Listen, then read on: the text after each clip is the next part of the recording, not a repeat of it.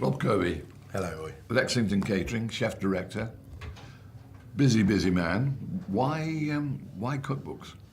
Because I think it's a stimulant in my life, you know, running the business and part of that business, which has grown over 10 years. It just gives me another part of my life to be creative because I don't wear my chef's jacket as often as I should these days. So the book gives me that creative outlet, I suppose. What was the inspiration to actually do books for kids? Because I mean, the first one you did, the Cook with Kids one, won lots of prizes, didn't it? Yeah, we did well with that really, and it was on a bit of the first book I ever did, and John Croft from Absolute, part of Bloomsbury now, took a bit of a punt on me and said, let's do it, and we'll do it. So I was lucky enough to have one of the country's best photographers, Lara Holmes, who's done lots of books, Galvin's, Phil, Howard, she's done lots of photography in some of the big players' books. And she was a big part of it, and we went out every evening, got the props down in Bluewater in Kent, and we made this book, Cook with Kids. It was all about, I cook with the Royal Academy of Culinary Arts, with a doctor school, but also we do Great Ormond Street, and people don't realise there's a school within Great Ormond Street, and it plays a really big part of Great Ormond Street Hospital. So if any child is there in the short term, mid-term and long term, then they get education. And there's a lot of people actually say, well, my child's ill, the last thing I'm going to do is push them from school, but actually, most parents want consistency. Sure. So the schooling really plays a massive part. And within that, we go in and we do a 45-minute demo. Sometimes we do cakes. It's all those things. They're not allowed to eat it, they're not allowed to lick their fingers, but we get all amongst it, 30 or 40 children, and it's a massive leveller. And I take the biggest, sweariest chefs in those grounds, and we all come out very humbled. And it's the nicest part of my job in 30 years I can do now. So Cook with Kids came from that.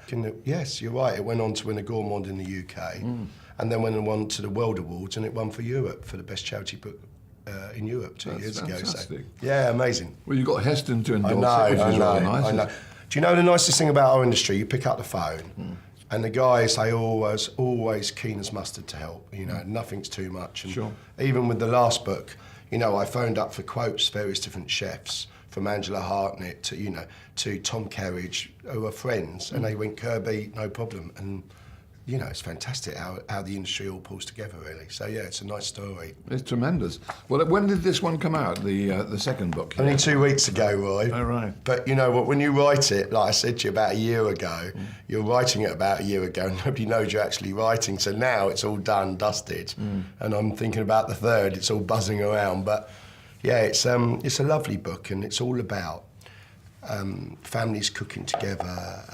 We're a jigsaw family, and a jigsaw family is a second time rounders, third time arounders, and it represents a lot of Britain today, Sure. And it's how the engine room in the house, which is the kitchen, pulls that family together. So my wife Amber, who's here in the middle here, I'm a lucky man. Yeah, a lot of my friends say, I must have got her drunk one night to get somebody as beautiful as Amber.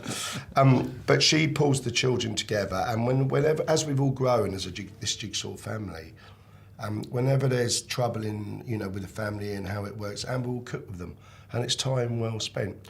So it's a chance. I hope this book gets people in that engine room, which is the kitchen. So that's what you want, that's the objective. The objective is, and also, having been through it myself, there's a lot of Saturday mums and dads that only see their kids every couple of weeks. Sure. And because their kids say they want a Happy Meal, or they go and sit in fast food restaurants, and under plastic lighting, on their smartphones where their kids eat these plastic horrible chicken nugget things and all those things. I'm not quite sure we're allowed to say this, but fast food restaurants, and they spend time there and they think that's right, but actually it's not anything to do with that. I think, cook with them, get them in the kitchen. Every Sunday we have a roast dinner, and it doesn't matter even if we're killing each other, we all sit around that table. Sure. And that's really important. That's rather nice because it brings people together, and that's what the kitchen table is all about, isn't it? Yeah, exactly right. Commune around the table. Particularly fast-paced as we live now, but people say the future is ready meals. I'm not quite sure it is. Sure. I think people work 70 hours weeks, and I think they work long days, but there still is a time when people should sit around the table and eat properly. And I'm not saying do it every day or every night, because that's not realistic, but at least once or twice a week, you should all sit round Okay.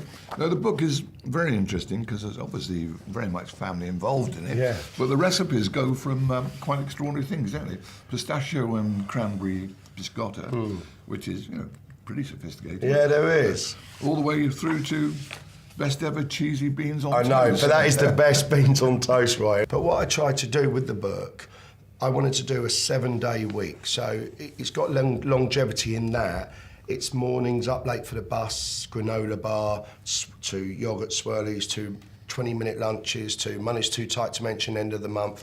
And then we go on this big weekend of brunch, big lazy weekends, and there's a barbecue chapter. To be fair, a lot of these are Amber's dishes. I mean, you've got one open here. This is chicken katsu. So we've done the book encompasses everything. So I wanted to do a Saturday night takeaway chapter for all those jigsaw dads I was talking about. Sure. So the chapters, this Saturday night takeaway, we've done burger, we've done chips and curry sauce. And my children love chips and curry sauce. And it does, as a chef, I get my head in my hands.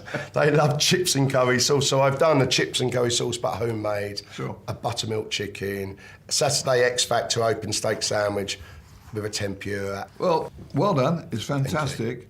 How does Ormond Street benefit from this? It's 50% shared royalty in advance. So before we even launched it last week, they picked up a cheque for $7.5 grand. That's fantastic. Yeah, that's really good. It's a nice story, it's a nice thing to do. Well done. Thank you very much, Rob. Thanks, Roy. It's lovely spending time with you. Thank you.